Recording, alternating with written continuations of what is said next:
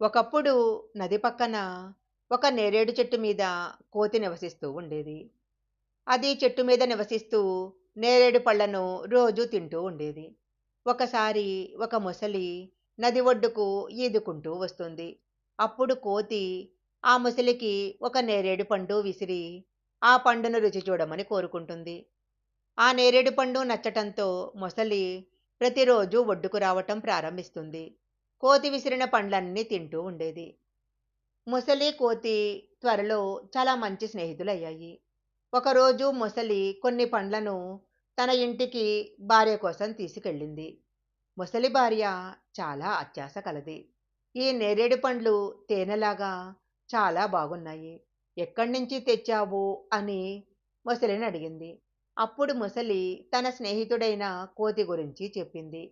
ముసలి భార్య అత్యాశతో కోతి హృదయాన్ని తినాలని ఎలాగైనా ఆ కోరిక నెరవేర్చమని భర్తను వేడుకుంటుంది.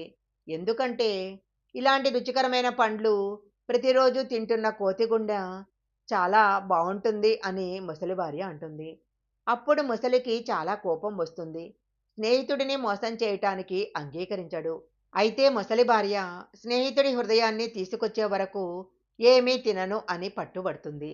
అప్పుడు ముసలి చివరకు చేసేది లేక స్నేహితుడిని చంపటానికి ఒప్పుకుంటాడు. ముసలి కోతి దగ్గరకు తిరిగొచ్చి తన భార్య కోతి ఇచ్చిన పండ్లను తిని చాలా ఆనందపడిందని, నీలాంటి మంచి స్నేహితుడిని కలవటానికి చాలా ఆత్రంగా ఉందని భోజనం చేయటానికి ఇంటికి ఆహ్వానిస్తాడు. పాపం కోతి ముసలి కథను నమ్మింది. కానీ ముసలి ఇంటికి వెళ్ళాలంటే నదిని నేనెలా దాటగలను అని స్నేహితుడిని అడుగుతుంది. అప్పుడు ముసలి కోతిని తన వీపు మీద ఎక్కి కూర్చుంటే తీసుకెళ్తానని చెప్తుంది. దాంతో కోతి అందుకు అంగీకరించి ముసలి వీపు మీద ఎక్కి కూర్చుంది.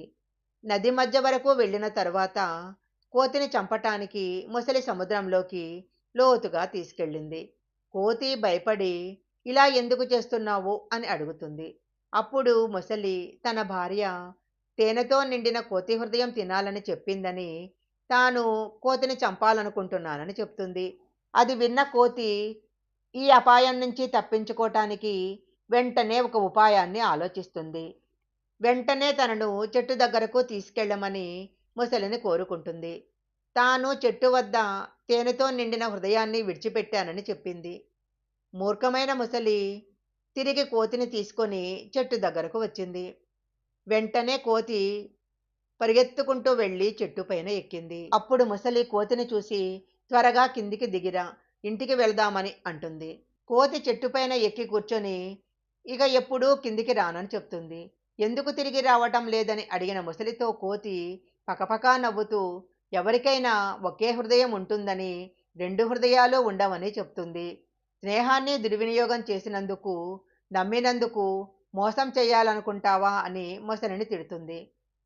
ముసలి గత్యంతరం లేక తన భార్య యొక్క అతి తెలివితేటలతో, అత్యాశతో మంచి స్నేహితుడిని కోల్పోయినందుకు బాధపడుతూ తిరిగి ఇంటికి వెళ్ళిపోతుంది. ఈ కథ గనక మీకు నచ్చినట్లయితే లైక్ చేయండి, షేర్ చేయండి. ఇలాంటి మరిన్ని కథల కోసం మా ఛానల్ సబ్స్క్రైబ్ చేసుకోండి.